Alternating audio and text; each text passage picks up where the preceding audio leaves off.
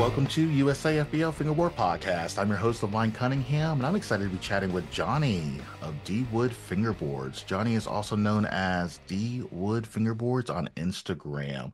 Johnny, thanks for coming on the podcast. How are you? I'm good. I'm good. How about you, Levine? I am much better now that we got through some technical challenges. So we had a nice good good technical challenges getting into this, and so I'm excited to finally get you on the podcast and telling your story, and it's gonna be a good time. I'm not gonna lie. I hope so, man. It's a pleasure, to be here with you today and to be part of the USAFBL podcast. So thanks for having me and thanks for having D-Wood.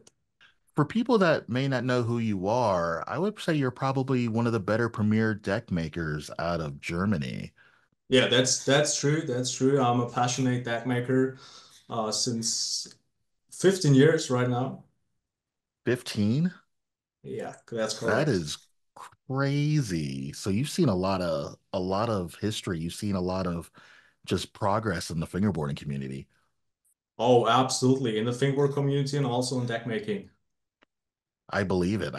I can only imagine just seeing like the standards of how making decks has literally progressed over the last decade and a half. Absolutely. Absolutely. Man, that's wild. All right, so you said I originally met you at Fast Fingers, and then I was asking you where you're from, and you literally said like a small town in the middle of nowhere. That's true. That's true. Yeah, it's a small town in the northern part of Germany. So the closest big city would be Hamburg. And yeah, as I said, it's really in the middle of nowhere. So no matter where you want to go, you have to go like 1, 2 hours. It's pretty far, everything. To like the next closest city? Yeah, to Hamburg, it's like 1.5 hour. Man, so you live a very quiet, simple life. I like that. Definitely, but it's nice here. I bet it's not like exactly where you're from, but like just traveling through like all the small villages and stuff like that. I'm like, it is really peaceful and quiet. Like I live here in Indianapolis, and I mean it's just a big city, always sirens and loud cars and just things going on and stuff, which, if you're one of those city goers, like you're like, oh, that's what I love. But like nothing like just kind of taking a step back and just living out in the country and just being able to just breathe clean air and just enjoy the silence. Like it's amazing in my opinion. That's true. I mean, when I was younger, I also enjoyed like the city vibes, and I like to go, even though it was far, I like to go to Hamburg and to other big cities. But you get older, you set different priorities, so I enjoy the life out here. I think that's a true fact when you get older. Like, because I'm 30, 38 now. And so when I was younger, like, I couldn't even imagine not being in a city where like things were happening and there was always stuff going on. And now that I'm kind of getting older, like, I kind of just want a little small house, in the middle of nowhere and just allow me to just kind of do my hobbies in peace and just get that peaceful serenity for sure. Yeah, that's also what I imagine getting older. That's the lifestyle. That is the lifestyle. I think as we get older, we just kind of like want to migrate away from as many people as possible. I think that's just the natural progression of humanity. Man, all right. So 15 years. 15 years of deck making, not of fingerboarding. It's way longer. Oh man. So we got a historian. This might be a really, really good episode just right out the jump. I'm liking this. All right, well, then take us back to the beginning. Like when did you start fingerboarding and like how did that become a thing for you? Yeah, it was a long time ago. It was actually the time FFI accounts were in currency. So I don't know if you remember FFI, by the way, finger I don't flipping. remember it in the early days. I caught it late, like 2019, 2020. Okay, okay. Well, I started. I think it was 2006 when I got the first time in touch with fingerboarding. It was a little keychain that I had that time, which was an old school shaped fingerboard. It was fully made out of plastic, so nothing serious. And the weird thing was that the graphic was actually on top of the deck and not on the bottom. And yeah, I was just playing around with it at school, flipping around, nothing serious. And then I was like, okay, man, I want something like more professional. And I went to the local toy store and just searched for something, better. And I ended up buying one of these toy fingerboards, which had like metal trucks, and you were able to like switch the wheels and so on. So it was not a tech deck. It was like a cheaper version of a tech deck, let's say. And they were like, I don't know, $2 or $3. Actually, there was a big issue because the axles were one part. So it was not like nowadays on professional trucks, you have the hanger and the base plate, which have bushings in between to absorb the landing and so on, but it was only one part. So then the issue was that every time I was like landing, like after let's say 1 or 2 weeks, the axle was breaking because there was no absorption, and the axle was breaking into two parts, and then I was not really able to use it anymore. So I was getting myself like all 2, 3 weeks a new setup. I mean, back then they were cheap, so it was not a big deal. And yeah, I was then pretty demotivated because, like buying all the time new stuff. And I was a kid back then, so not so nice. But then I started to look online for a way better solution. And then this actually changed my life because I saw fingerboarding is actually a thing. Before it was just a toy for me. But then I saw, Black River, Mike Schneider, and all that stuff. I saw all these YouTube videos from also from Close Up. I don't know if you remember Close Up. I remember close up. Do you remember the Hmm. old videos they did in the past with the turntable, where I a part don't. was placed on a turntable and was turning around? I remember seeing videos. I just don't remember if that was them or not. So possibly, yeah. And I also remember that being in like the Fingers of Fury video, I think, or maybe it was Flying Fingers where he had a turntable and he was doing that, but maybe that was close Yes. up. Like my memory is a little foggy. No, but yeah, they had this popular video. I think it was uploaded like 17, 18 years ago, so quite a long time ago. And when I saw these videos, I saw that you're actually able to make like real tricks on these fingerboards, which I was not really used to before because, as I said, I was just flipping around and just Hmm. playing with it. And then I saw, okay, you can do real stuff on fingerboards, and there's more than just, these plastic toys. There are wooden fingerboard decks, professional wheels, and I was, diving deep into that topic and watching all the time Mike Schneider's videos. Then I decided to get myself, professional gear, which was the Close Up. I don't know if the brand still exists, I'm not sure, but back then it was the G1. So you were able to get a full complete setup for like, I don't know, $25 around. And you had trucks, you had wheels, you had the deck and grip tape on top, and a few of stickers. And I remember actually the wheels were not like basic wheels. They were I still got them here with me. I don't know if you can see that, but um, little black wheel. These Okay. were made of the same material actually, like skateboard wheels are made, so kind of urethane. So probably these were the very first urethane wheels back then. It was special because they had a metal bush. I think it was made from brass, metal bush inside, so you had like a better performance compared to basic plastic wheels. And this was actually like my first ever professional setup. I was really getting into it. I was starting, making all these tricks, building like different ramps and so on. And that was my first setup. I learned the first trick, like ollie, kickflip, and so on.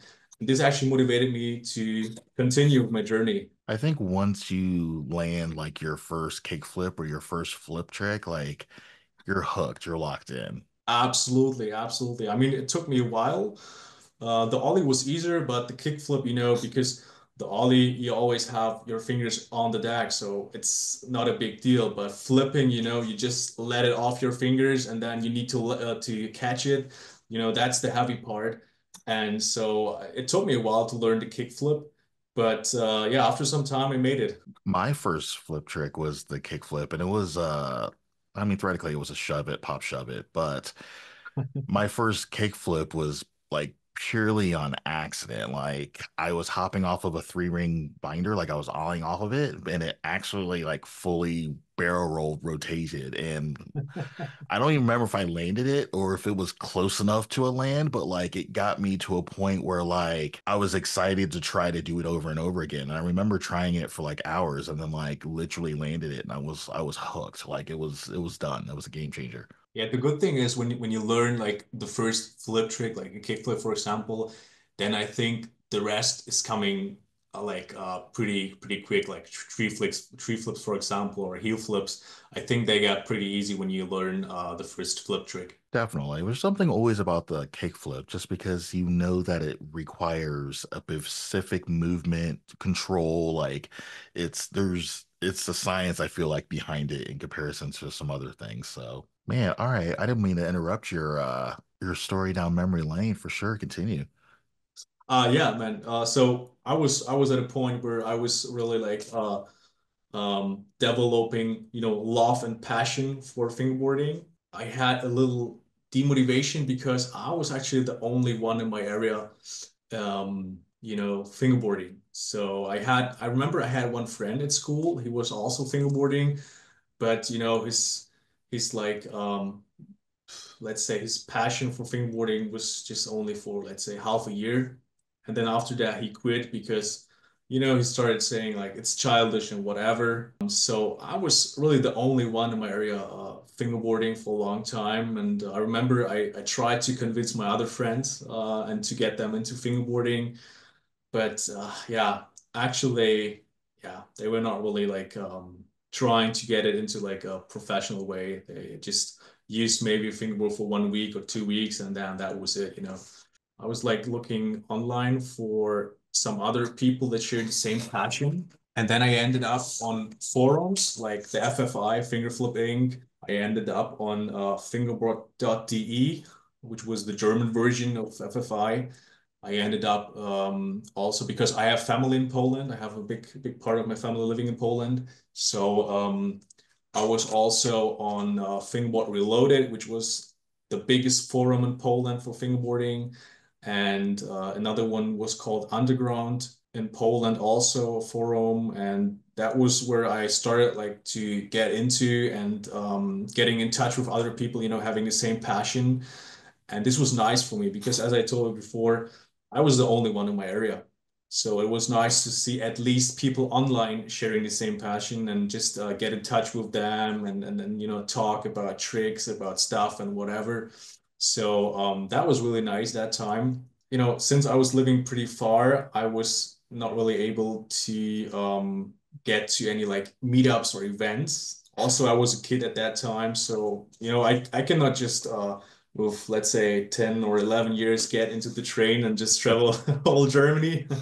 On the other side, I don't have the money, so as a kid. So yeah, that was my struggle that I had that time. So everything like community related was more online for me than in real life. But still, I had fun. And then on the holidays, I remember I always was going to Poland to my family, and they lived pretty close to a big city. So I was able to see the people from the forum in real life. So I was going to the meetups and events. I remember they had some skate shops that were doing little events and meetups in a shopping mall. And then I just met for the first time like real other fingerboarders, which was a really nice, moment for me. And yeah, I enjoyed that time seeing other fingerboarders in real life and having fun with them. And even if it was just a little meetup at McDonald's and we were just enjoying our cheeseburgers while fingerboarding, it still was fun.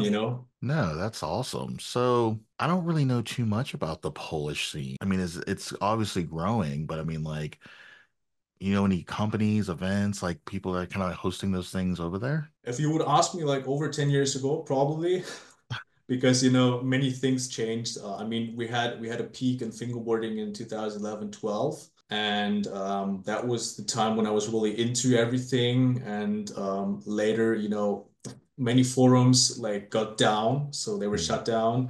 And I think also the scene was like yeah, going pretty much down and had a down phase. So I think many things changed in Poland. I remember many brands from back in the days, but they don't exist anymore. And I honestly don't know how, to get back in touch with the people if they still fingerboard. I don't know, but Hmm. how to get in touch with them. I think the only way is Instagram, but I have no clue how to get back to these people. So I honestly don't know what's going on there. I remember only the one big brand that still exists is Grand Fingers. I don't know if you ever hear from them. That's originally a wheel maker, which then started making also decks and concrete ramps and so.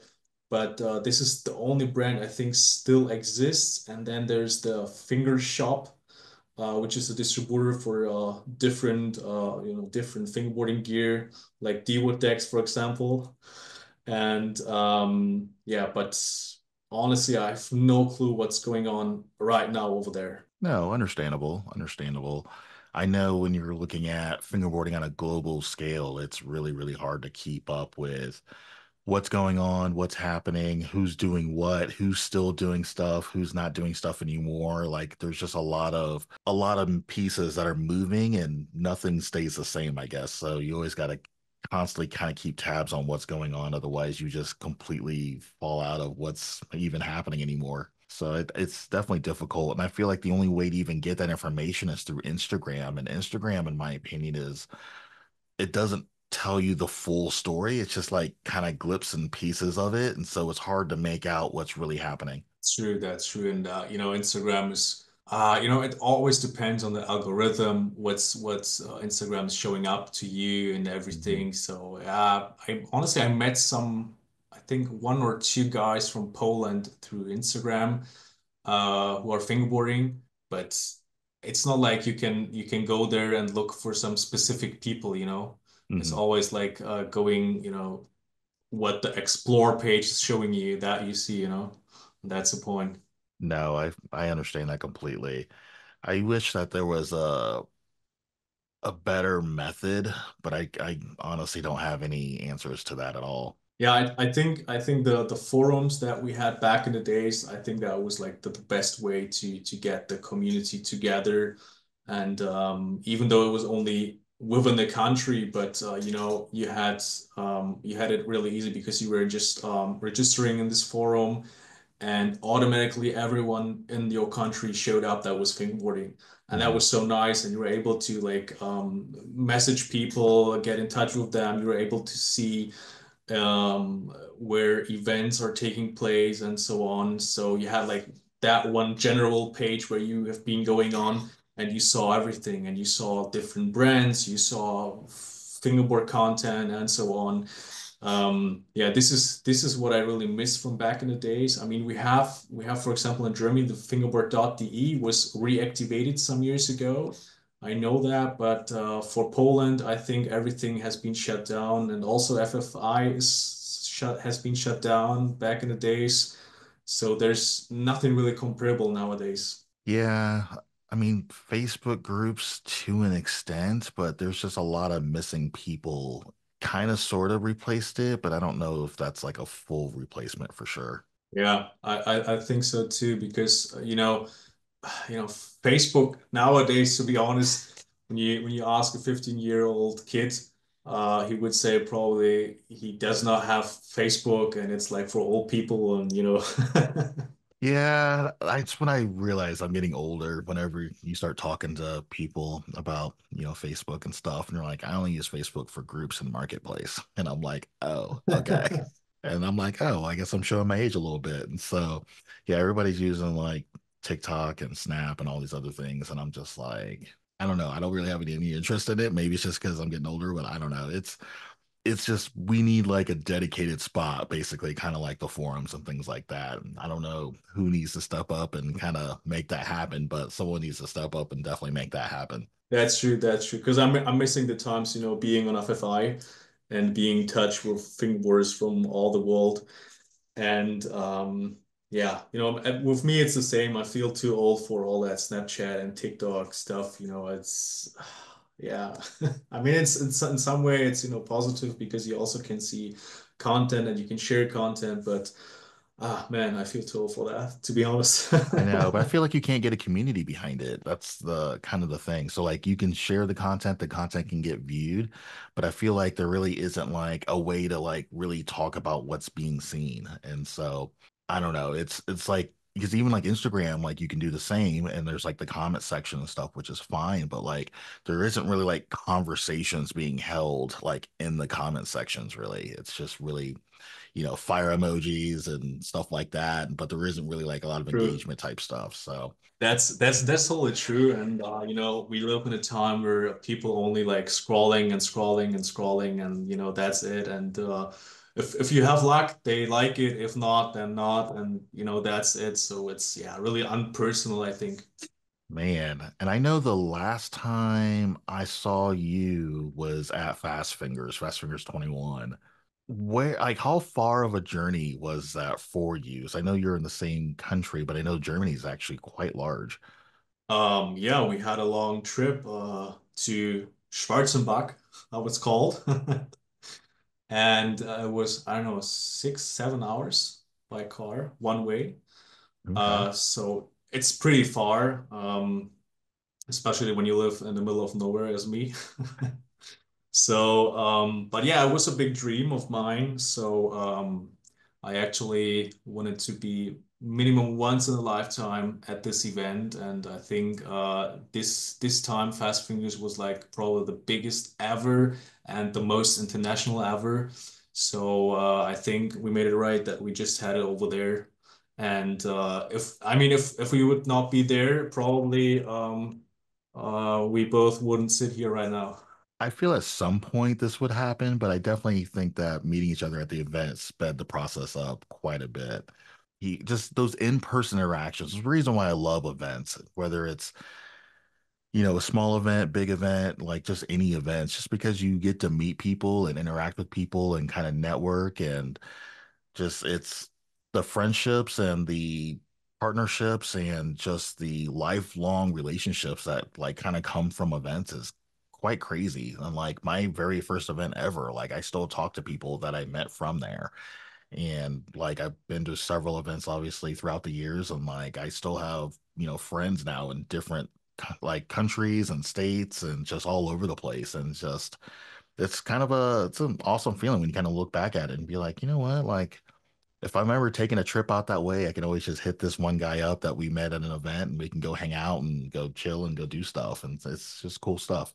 Yeah, that's true. These events, they support the community and they bring each other closer. So it's pretty nice. And this is what I like because now I'm an adult. I have the possibilities, let's say, to go to these events. Back then, due to lack of money and being too young, I was not able. So now I'm able to, at least be at some of these events. Not all, but because back then you were young, you had no money. Now you have money, but no time. So things change a lot. No, I understand that. 12-year-old me is like you made it. Like you went to Fast Fingers, like you did it. Like you achieved the dream. That's true. That's true. That was one of my biggest dreams in my childhood. And yeah, finally, after many, many years, I made it. Yeah, well, for me, like I've always wanted to go, and then when I finally had like, grown-up money where I could go, like, they didn't really have it back in like 2020, and then like COVID hit, and then it just became a thing, and then as soon as they said, "Hey, we're gonna do an in-person like, Fast Fingers," I'm like, doesn't matter what's going on, like tell my job like I'll be back next week, like I'm going, like. So is this your first Fast Fingers? Yeah, my first Fast Fingers, I had, I think the biggest event I was before Fast Fingers was in 2009. It was the ASI Berlin, which was the German championship. That was organized by TKY together with Black River. And I remember that really good because, it was my very first big event, commercial event. And it was, of course, held in Berlin. So I had luck that, a part of my family was living in Berlin.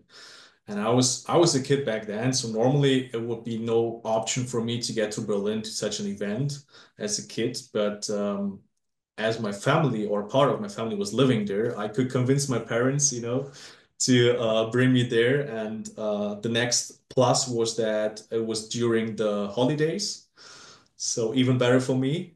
And yeah, I convinced my parents to just bring me there. And yeah, I was then going to my family, and I was a little kid back then, so it was crazy. And yeah, I got to the event, and then I saw, all the people, all people, that shared the same passion as me. And it was also crazy, seeing adult fingerboarders, from a view as a kid. It was a little weird back then. I mean, nowadays it's totally normal for me, but back then seeing adult people, it was a little crazy. And yeah, I enjoyed that pretty much because that was also my first time seeing Black River Parks in real life. That was, a big thing for me as a kid. And yeah, had a bunch of nice talks, nice conversations. I met TKY in person. I met many others like Martin Ehrenberger, so the founder of Black River. Who else? I met Elias Asmuth. I don't know. Do you remember Elias Asmuth? Unfortunately not. I feel like I need Oh, to. really? Levine, Yeah, man. I know. You're putting me on the spot. I'm like, the name's not sounding familiar at all.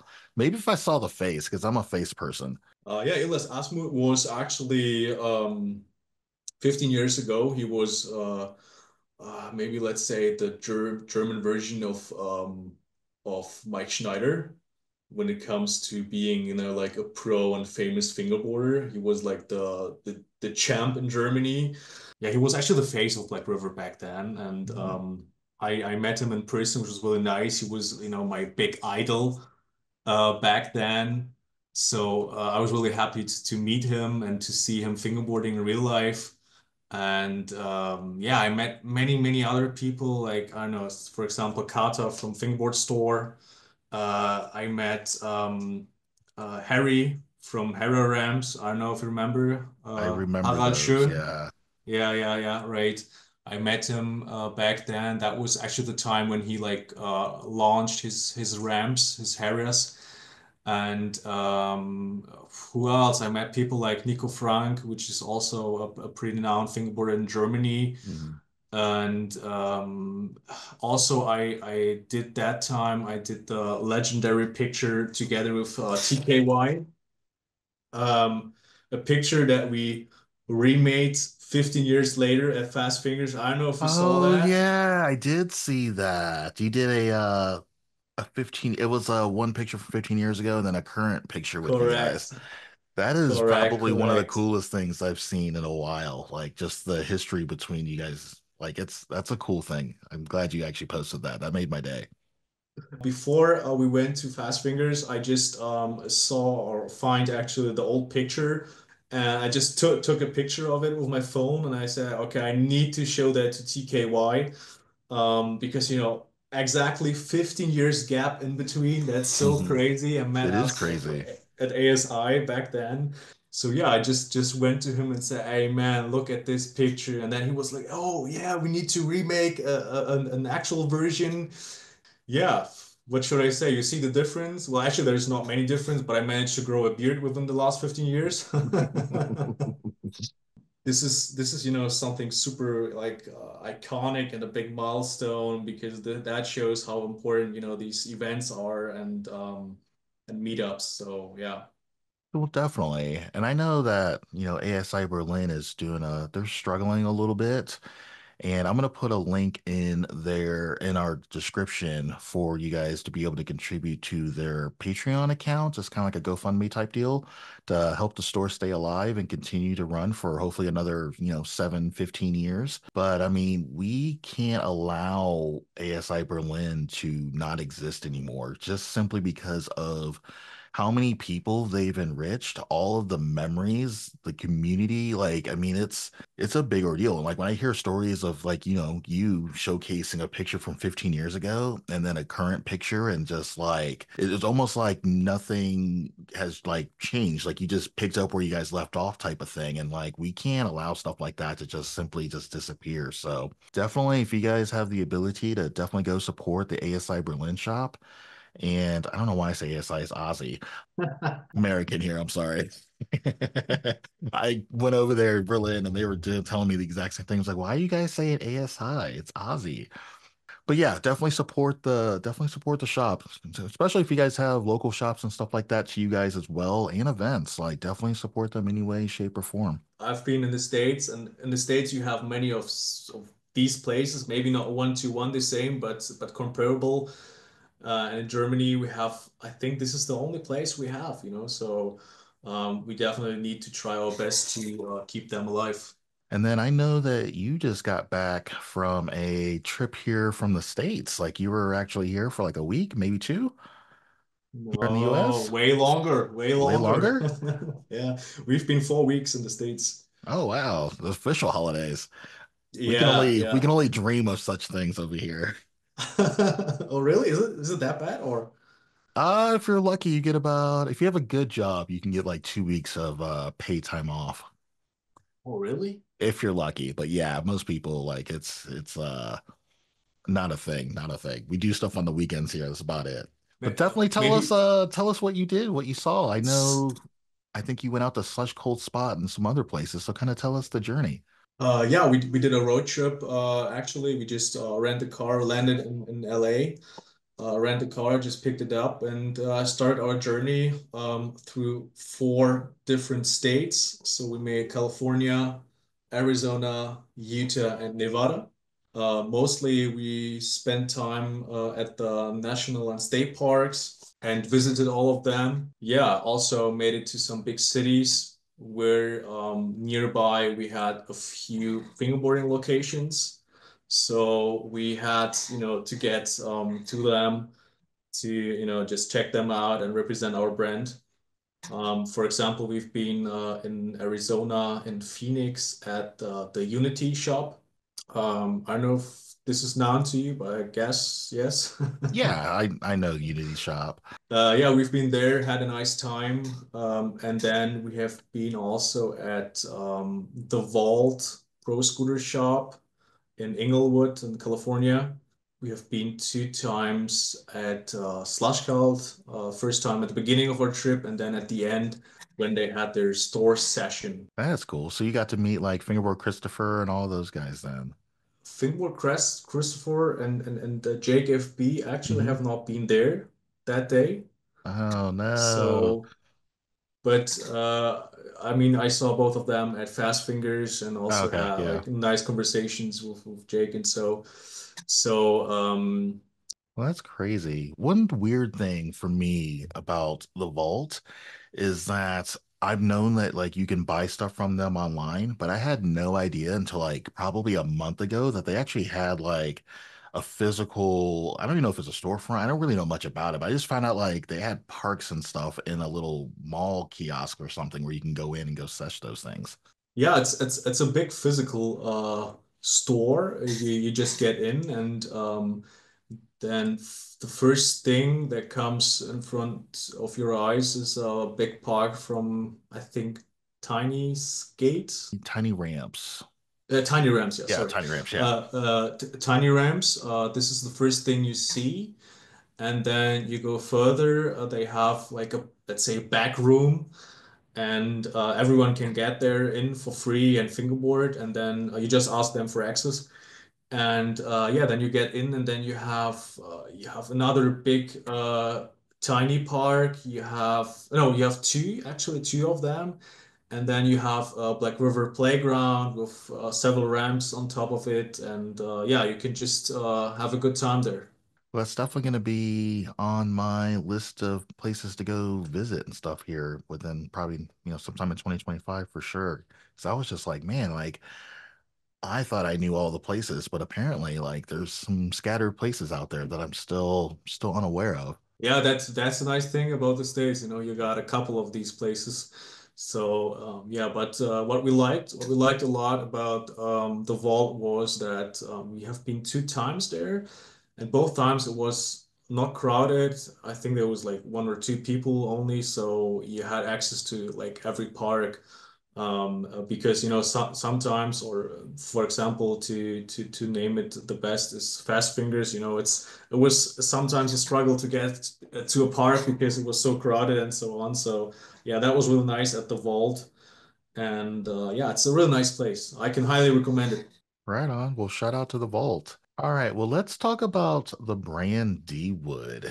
Like when did it start? Like what kind of inspired you to start the company? Oh yeah. Yeah, before I start, I need to tell you that, you know, D-Wood is a brand with history. So there's a whole story behind, you know, what D-Wood is, why D-Wood has been started, and why it's called like that. I tell you this in advance because you know nowadays things changed a lot with fingerboarding brands. Today people see really big money in fingerboarding, so they purchase just like 3D printed molds with an unpersonal stock shape. Even before they receive the mold, you know, they already announce their first stock and start you know, their marketing campaign. So what I Don't be want to telling tell you, people their secrets. sorry? I'm like, don't be telling people their secrets. No, no, no. What I just want to tell you is that, you know, the purpose of D-Wood is, you know, passion and fun and not big business. So this is what I'm trying to express. And so yeah, how everything started. Let me break it down. Sometime I think, you know, 2007, 2008. I was having my fingerboard collection, and I was thinking that the decks I had that time were quite boring. So, for example, my close-up back then, it was just like a blank deck with nothing on it, no color, nothing. So I just took it and dyed it red and just put some clear coat on, did some finish, and I liked it way more. So it had like a personal touch. That was actually where everything started. So I started to modify most of my decks I had back then from other brands. And yeah, you know, I did some like, you know, fake bottoms or tie dyes, however you want to call them. I did hand painted graphics. I put on some paper graphics. So I wanted to make every deck special in some way. And this is actually where the journey started. And this is also where the name comes from because the D stands for designed. So it's designed wood. Okay. So there's a real meaning behind the name. So it's not like we take a cool word which sounds super nice and fancy and take it as our brand name. No, it's a real meaning. Yeah, and this is where everything started. And then you know some people online were asking, oh yeah, could you maybe like give my deck a personal treatment and so on. And I was like, okay, it makes no sense to let the people send them their deck to me, do something on it, and resend it. So I was thinking, why not making my own decks and adding my personal touch and design to them? So this is where the deck making itself started. It was in 2009. I was like, okay, I need to do my research, how to make decks because you know, back in the days, making fingerboard decks was a secret. You know, nowadays you go on Google, you put in deck making, and then you got everything. You got molds, you got veneer, you got totally everything. You got tutorials on YouTube and everything. Back then, we had none of this. Nothing. You had, you know, you had to find out how everything is made. And that was a real struggle. I know if you remember the tutorial of how molds are made from Taylor Rosenbauer. I know of Taylor Rosenbauer. I don't think I remember the that video in particular. Yeah, he was actually opening up the secret of how fingerboard molds are made because 15 years ago, when you Google fingerboard mold, nothing showed up, nothing. Mm-mm. The only thing I could find was doing like these Bondo molds, was which I ended up trying to do and failed miserably at it. Yeah, that's also how I started. I have some examples here of how D-Wood actually started. I have a bunch of them since Oh you know wow. I did a lot of molds and testing. You know, this is how they looked like back in the days. Hmm.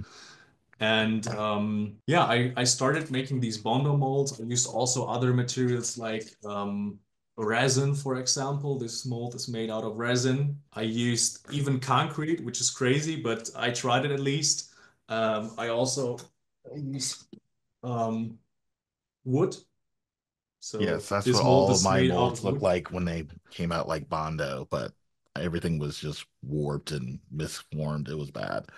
That's true, but this is actually where the D-Wood journey started. So I made a bunch of these Bondo molds, probably like over 100. And I had, during that time, I had like different shapes.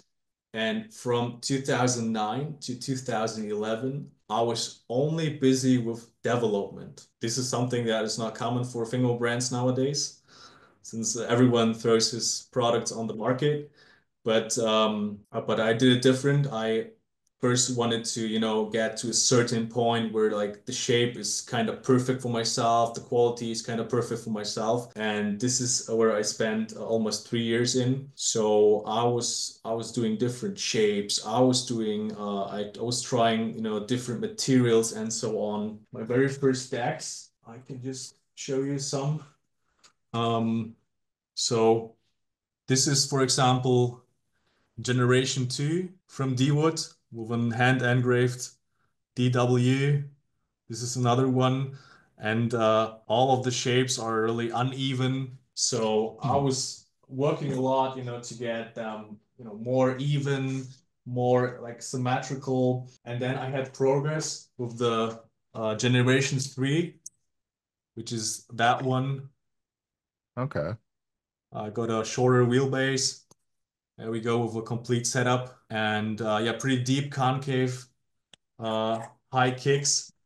And yeah, I was trying to get, even closer to my like perfect shape. Tried different materials.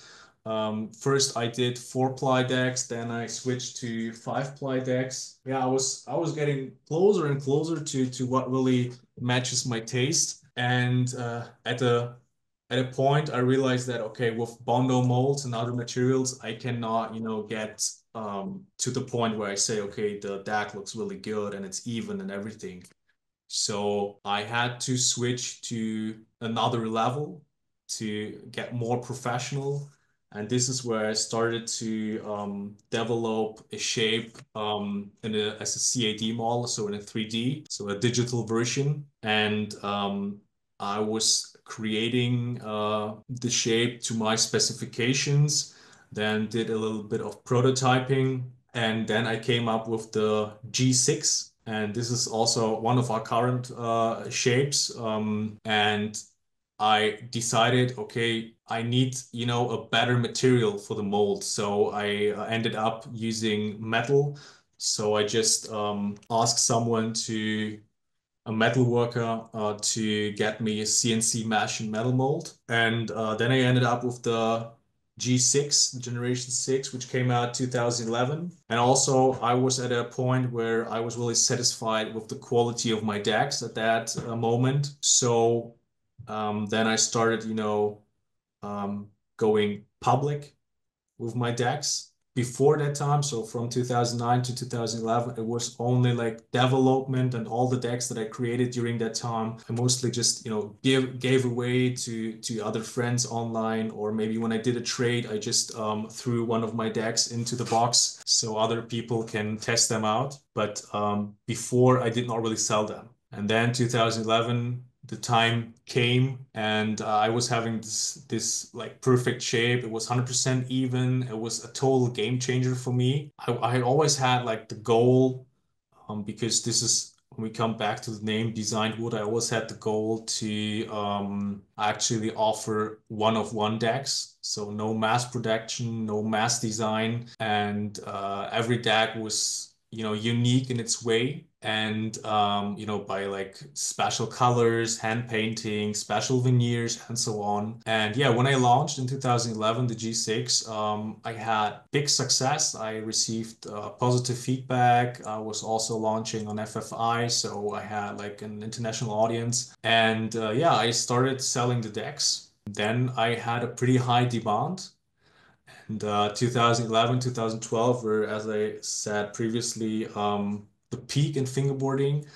So yeah, I was doing a lot of decks. I was in school that time, and I remember after school I came home and started, sanding the decks and so on, and just getting them out of the mold and drilling holes and so.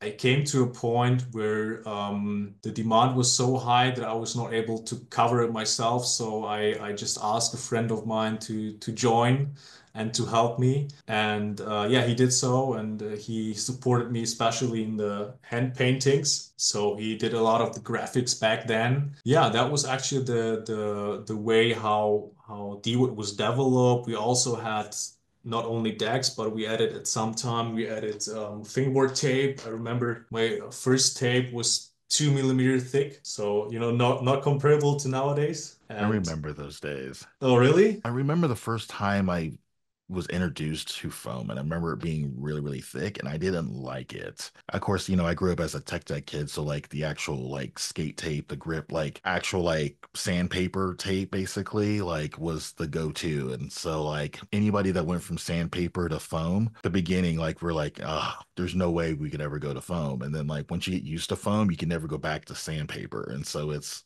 a weird love-hate relationship for sure. But yeah, I remember the days, the thick boy days, as far as the 2 millimeter. That's crazy. Yeah, I think it was really unusual, even back in the days. But the tape itself had a great success because the feeling, the performance was great. But then someday we changed to the normal basic 1 millimeter tape you Mhm. have nowadays. But it's also made in Germany, so it's not any of these like purchased from far away tapes. And yeah, what else? We had also a limited stock of, I don't know if you can see it, granite benches Ooh, that looks nice. right over here. Yeah, we had only one stock of 10 benches. And yeah, this was like a one-off thing. So yeah, we sold them and never started recreating them because it was a struggle because getting the material and so on. It's really difficult, but this is also something we did. Mainly, we focused on decks, and I remember in 2013 and 14, there was a down in fingerboarding in the whole scene. At the same time, I had to set my priorities in life a little bit different because, I was getting older and life got serious. So, yeah, I had a focus on, education and then later a career and so on. So I decided to, quit being active in the fingerboarding scene. So personal as a fingerboarder and also with D-Wood, because also the demand at that time was like extremely decreasing. So, as I said, I just quit being active in the fingerboard scene. And then I remember also the fingerboard.de forum was closed that time. So the place where we all have been connected, all fingerboarders in Germany, has been away. So there was missing something to reunite. Yeah, that was that moment when I started selling off all my stuff, my collection, and I remember the last time I was 2014 at ASI Berlin. I just saw TKY and just gave him my and gifted him my last decks because I was quitting with all that. So yeah, that was kind of break for D-Wood, let's say, because I was many years then busy with becoming an adult. So when did you end up getting back into the scene? It started in 2000. By the way, I was not quitting with fingerboarding. I was still fingerboarding myself, and sometimes I was doing decks, but not really commercial and public. But I remember in 2021, I saw some fingerboard content online, and I was like, yeah, getting second spring because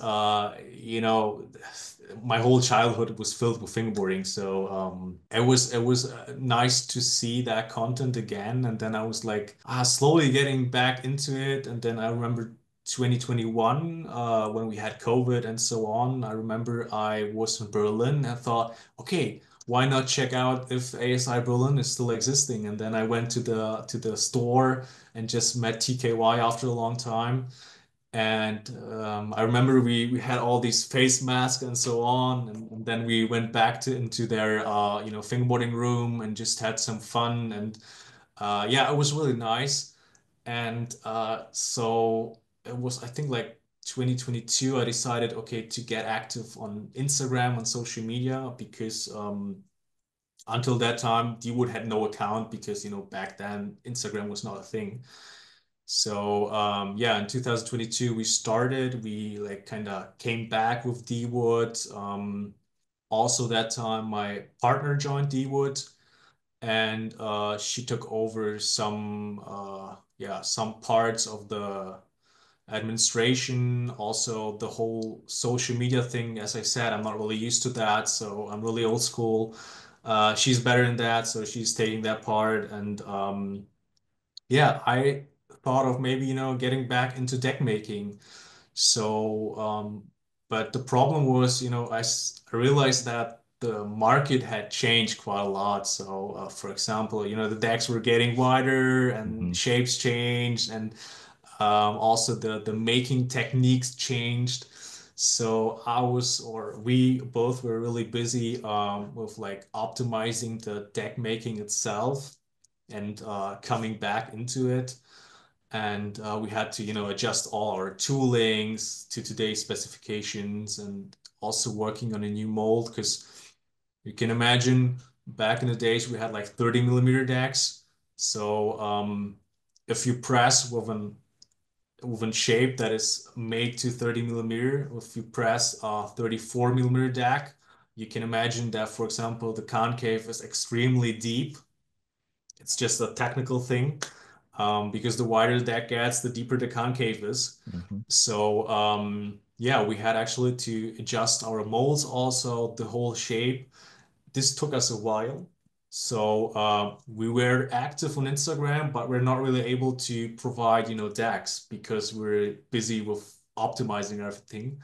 So the real point where we came back with officially making decks was 2023. And to be honest, we're still like in a process where we try to get into the whole scene and community, because we have been away for quite a long time.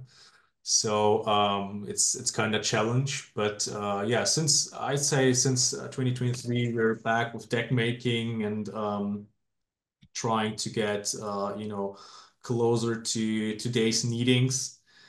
And we still represent the same values that we did like 15 years ago. So every deck is a one of one. Every deck is unique itself, and we still do like use special materials like special veneers, exotic veneers, design veneers, and also do all these like tie dyes, bottoms, and sprinkle bottoms, and so on. So this is still our like philosophy that we have behind the deck making. And also we added now some split plies, which are all hand cut. And yeah, so actually every decks, yeah, I would say kind of an art, and the way how we express ourselves and put in our creativity, and yeah, that's about it. Man, that is a story. The fact that, you took the first 2 years basically and just doing a lot of research and development before you even started making decks speaks volumes. Like, and especially during that time, unfortunately, I wasn't around in the scene during that time, but from what I've been told, it's like there really wasn't a lot of options during that time period. And so for you, you kind of noticed that companies were producing things, but like you're like taking that and being like, hey, I can make this better, or I can make it where it looks better, it feels better, it is better. And so you took it upon yourself basically to notice that, there's definitely things that are missing in the industry and the market. As an American, like I can tell you, like we would be the first ones to go buy a mold, start the marketing campaign before you even start pressing decks and all that stuff. That is fairly accurate. And so to really hear, someone like yourself, like literally talking about going the extra mile and putting in that research and development and making sure that you have a product that you can stand behind, that you can be proud of, is that's a really, really great thing. Yeah, definitely. I'm putting back in the days, and now still I'm putting, all my passion and love into it. For me, D-Wood was never, something that I want to make into a cash cow or something. It was never about business. It was never about the money, because, it's not big money to be honest. But I was, as I said, about the passion. I grew a passion for deck making itself during that time. And I also like a lot the woodwork itself, and that is actually what D-Wood stands for. You get a unique handmade product, which is also not only 100% handmade, which many brands say out there, I know, but when you look closer, then many processes are, automized by them, by machinery and so on. But let's skip that. Our decks are 100% handmade. Our decks are 100% made by fingerboarders. I mean, there's not many brands that can, say that. So we value that pretty high, that everything is made in-house. We don't outsource anything. Every single deck making step is made by ourselves. Maybe I can later break down maybe the whole deck making process, so you have an insight. But everything is really made by ourselves. So we don't use any manufacturers that help us, or we don't give anything away to like carpenters or whatever. No, everything is really done by ourselves, and we put 100% effort into it, 100% love into it, and that's what it is. I love it. I absolutely love it. All right, so if someone like myself, if they're gonna go on your site and they're gonna be a first time, buyer for a D-Wood deck, like kind of walk us through or kind of create a buyer's guide as far as like, the different shapes, sizes, do you have different wheelbases? Kind of walk us through what you have. Yeah, so as I said, the G6 mold was our was a big milestone for us, a game changer, and we still have the G6 shape. We still offer it, and but we had, since decks are getting wider, we had to adjust the shape slightly. So you don't have, when you use like a 34 millimeter, you don't have like a bathtub. Um, so we added another shape which is based on the G6. It's called G7 Easy. So it is slightly lower. The kicks are the same. So all our decks have, let's say, medium kicks, whether it's G6 or G7. We got a tiny bit of concave in the nose and tail. The nose is slightly steeper than the tail. Most brands say it's because you get closer to a real skateboard. We don't say this. We say it's because we want to make the performance and nollie and switch tricks easier. Because these tricks are a little harder, so we have a slightly steeper nose. However, our concave is medium, I'd say. And there's a difference in the dips. The G7 has slightly smoother and more defined dips. And this is actually something you can best express by pictures.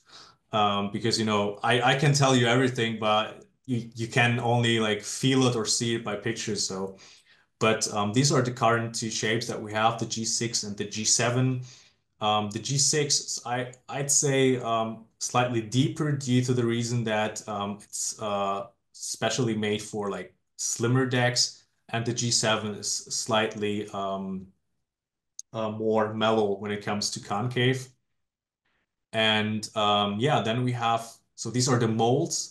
Then we have the deck shapes. Deck shapes, I mean with that the outer shape of the deck, so how it's sanded. And then we got the classic. The classic is actually close to popsicle. We have slightly bigger nose. The tail is slightly smaller. And Then we got a second one, which is the Shorty. Shorty is actually a twin tail, which is a little shorter. We got 97 millimeters in length. The Classic has 99 millimeters in length. And all these decks are available in 32.5 millimeter, 33.5 millimeter, and the Classic is also available in 34 millimeter. And there's a third shape in the making, but it's not released yet. Okay, okay. Any teasers as to possibly a timeline for that? Um, I think we will release it this year. It's something not so common, let's say. Fair enough, fair enough. Okay. Trying to get some juicy release gossip out of you. Man, all right. So where can people, I know we can buy your decks and stuff like that on your website, but do you have any other distributors where they sell your products and stuff like that as well? Yeah, so we had a longer list back in the days, but we honestly focused a little bit more on sales by ourselves, because the experience that we made with some distributors, not all, but some, that business is sometimes a little, let's say, complicated and time consuming. So we focused a little bit more on sales by ourselves. And it's also nice for us to, be in touch with the customer directly.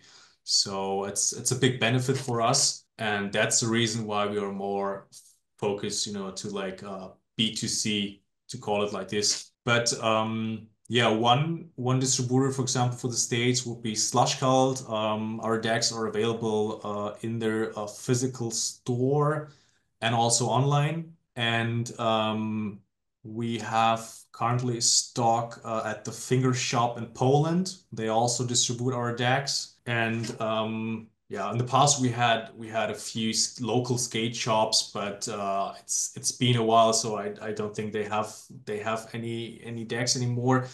But what I should mention also at this point, we travel quite a lot, so we always try to visit, skate and finboard related spots like shops and events, and there we also represent our brand, and we try to announce that in advance. So you can always hit us up if you see us there, and we try also to bring every time some decks with us. So if we are in these locations, then we probably will have something with us, so you can also get some gear. Yeah, I'm always curious as to like, kind of the mindset of how people kind of choose their distribution points and stuff like that. So no, that makes a lot of sense. Yeah, I mean, from business perspective, I'm a big fan, to giving stuff to distributors, because at the end of the day, it should normally be time saving because you don't have the customer service, you don't have all the fulfillment stuff like the shipment and so on. But from our real life experience, we saw that it's sometimes a little bit struggling. So yeah. Oh, understandable, understandable. And you have team riders, right? Currently not. We're working on that. Because as I said, we are back since 2023 with the deck making itself and just trying to get in back. In the first, let's say, time of D-Wood, I had a few team riders. I also had, for example, Valentin Leiber back then. I don't know if you remember this guy, also from Germany. He also won one of the fast finger events, so he was a world champion back then. But yeah, since we are like getting new into it, we are looking for team riders. But I also need to, add at this point that, the whole team rider thing changed quite a lot compared to back then. Because, back in the days, it was, having a team rider was more like, let's say, a personal thing. So it was more like kind of family, you had someone that you had like a personal relation to, and you had someone that was really, passionate about your products. Nowadays, things changed quite a lot. Nowadays, it's more like if you're a team writer, you're only like an advertising face, and just brands only look that you have like a big audience, so sales can be increased and so on. And yeah, it's a little difficult because I think for us would be the best maybe mixture of both. So that means that we have someone that is of course passionate about our products, about what we make, and also, you know, can represent us at events or online. And also, you know, it would be great to have someone that you know in person that is reliable. And yeah, so I think a mixture of both worlds would be great. No, it makes sense. I like it. It's developing a team and being a team manager, it definitely has a lot of pros and cons and stuff to it, but having those working relationships with people that are truly invested in wanting to see you grow and see the business grow and see, you know, just everything move forward in a positive manner is definitely key. Man, this is probably a good time to do our listen to win contest. I actually have an idea. We spoke before about that. You want to announce that, or should I talk about the challenge? Yeah, let me do the challenge and then you can tell them what they're going to win. So, Okay. this is going to be a contest of who did it the best. So, we are looking for your three-piece combination where you're doing a flip in and a flip out. So you can do your flip in, flip out on a rail or a ledge where you're basically doing a grind or a slide, or you can do your flip in, flip out on a mani pad of some sort. So you can do a flip into a mani, nose mani, flip out. So we're looking for the best three-piece combination trick. And so this episode comes out Wednesday morning, audio, video comes out Thursday morning. The deadline is going to be Friday, 5 p.m. Eastern or 11 p.m. CET time. So get your filming in, and you're gonna have to do a couple things to get this prize. You're gonna have to tag USAFBL, USAFBL underscore FBP, and you're also gonna have to tag D-Wood Fingerboards on Instagram. So make your reel, make your post, tag those three accounts, and we're gonna shift through all of the entries and we're gonna choose one winner to win. Tell them what they're gonna win, Johnny. They will win if they make it this beautiful G7 deck, classic shape, 32.5 millimeter, 5 ply with the beautiful design veneer and the German flag design on the bottom and also on the top. All right, we'll get those finger stretches in and we will get back to you on Friday with a winner. Man, all right. So, do you have any upcoming projects? Anything that we can leak on the podcast? I know you're talking about a new shape here, possibly at the end of the year. That's true. Yeah. The last steps actually for releasing the deck shape, which will be something, you know, totally different to that what we've been used to on D-Wood decks. And it will be actually a pro model deck shape from my partner. She had the idea. So yeah, it will be also only available in one specific dimension, 33 and a half, because that was like the best performing dimension for us personally after a long time of research. As you know, as I told you before, D-Wood is about research. We take our time. So yeah, stay tuned. This is something that will come, I think, within the next months. And also, another thing I can announce here is that we have this year officially our 15-year anniversary. So we planned a special drop, which will come within the next time. I'm not sure if we will make it this year, but maybe it will be like Q4 this year or Q1 next year. Let's see. But it will be something really big. Okay. And also, we just created or recreated a YouTube channel. So, what you can see there in the future are insights behind the scenes of the deck making, and general fingerboard content. So make sure to check us out. It's D-Wood Fingerboards on YouTube. So yeah, stay tuned. All right, so we got an updated channel. We got a 15-year anniversary deck drop. Yeah. That is huge. Like, absolutely huge. We're getting ready to come up on 5 years, and I feel like 5 years has just been forever, but I can never like just imagine 15 years of just like doing your thing. Like that's a huge accomplishment. That's a huge milestone. Yeah, definitely. That's crazy. I mean, when I look backwards, what I did during that time, what different, decks and products I released and what challenges I had also during that time. That's crazy. That's crazy. Yeah. All right, do you have any hobbies that, outside of fingerboarding that people may not know about you? So just let me drink a little bit because No worries. yeah, well, you gotta know that I'm working quite a lot. I have a full-time job. D-Wood is only a side project, and I got also a few other side projects. So my free time is quite limited. But if I find some free time, I like spending it, like with friends, family, and close people. But besides that, I would say I like working out in the gym, which is less about weightlifting, but more about, you get older, you gotta move a little bit, you gotta stay fit, and yeah, it's more about that. And yeah, besides that, I'm a general car guy, so I like everything about cars. And especially, our time in the US, I enjoyed that because, the US car culture is huge. So it was It a is great massive. time. Yeah. Okay, okay. I'm sure you got a decent sized list of shout outs, people you want to, give recognition to. Yeah. So first of all, I give a shout out to everyone that is actually listening to the podcast or watching it in visual version.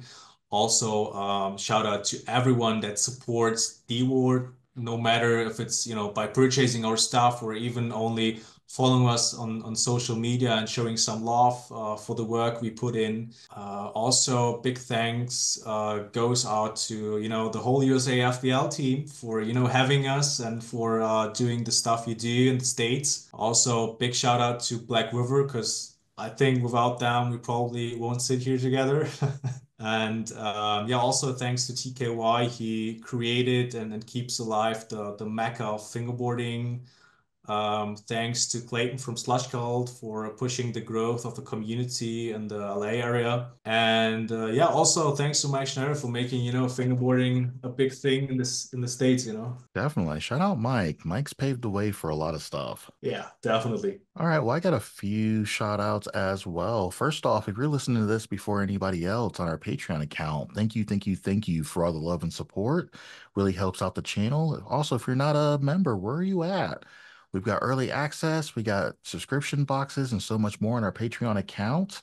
We've also got, I want to say, like two more sanctioned events happening between now and the end of the year. So we've got the Toronto Six Gates event in Canada going down November 9th. We also got the Phoenix FB event out of Dallas, Texas, going down November 16th. So definitely check those out if you guys are in the area. I think that's everything. No, how could I forget? We also launched USFBL decks on our website as well. So those are new and pretty cool stuff. So definitely go check those out. And Johnny, where can people find you on the internet? So first of all, our Instagram, D-Wood Fingerboards. Also, as I mentioned before, YouTube. Now we're gonna start our journey on YouTube, D-Wood Fingerboards. And yeah, that's actually it. That are the main platforms you can find us. So make sure to show us some love on our socials and stay tuned. Right on. And I'm going to make it super easy for everybody. I'll put those links in the description. So definitely go check those out. Johnny, it's been an absolute pleasure. Thanks for coming on the podcast. Thanks for having us. All right. Till next time. See you, man.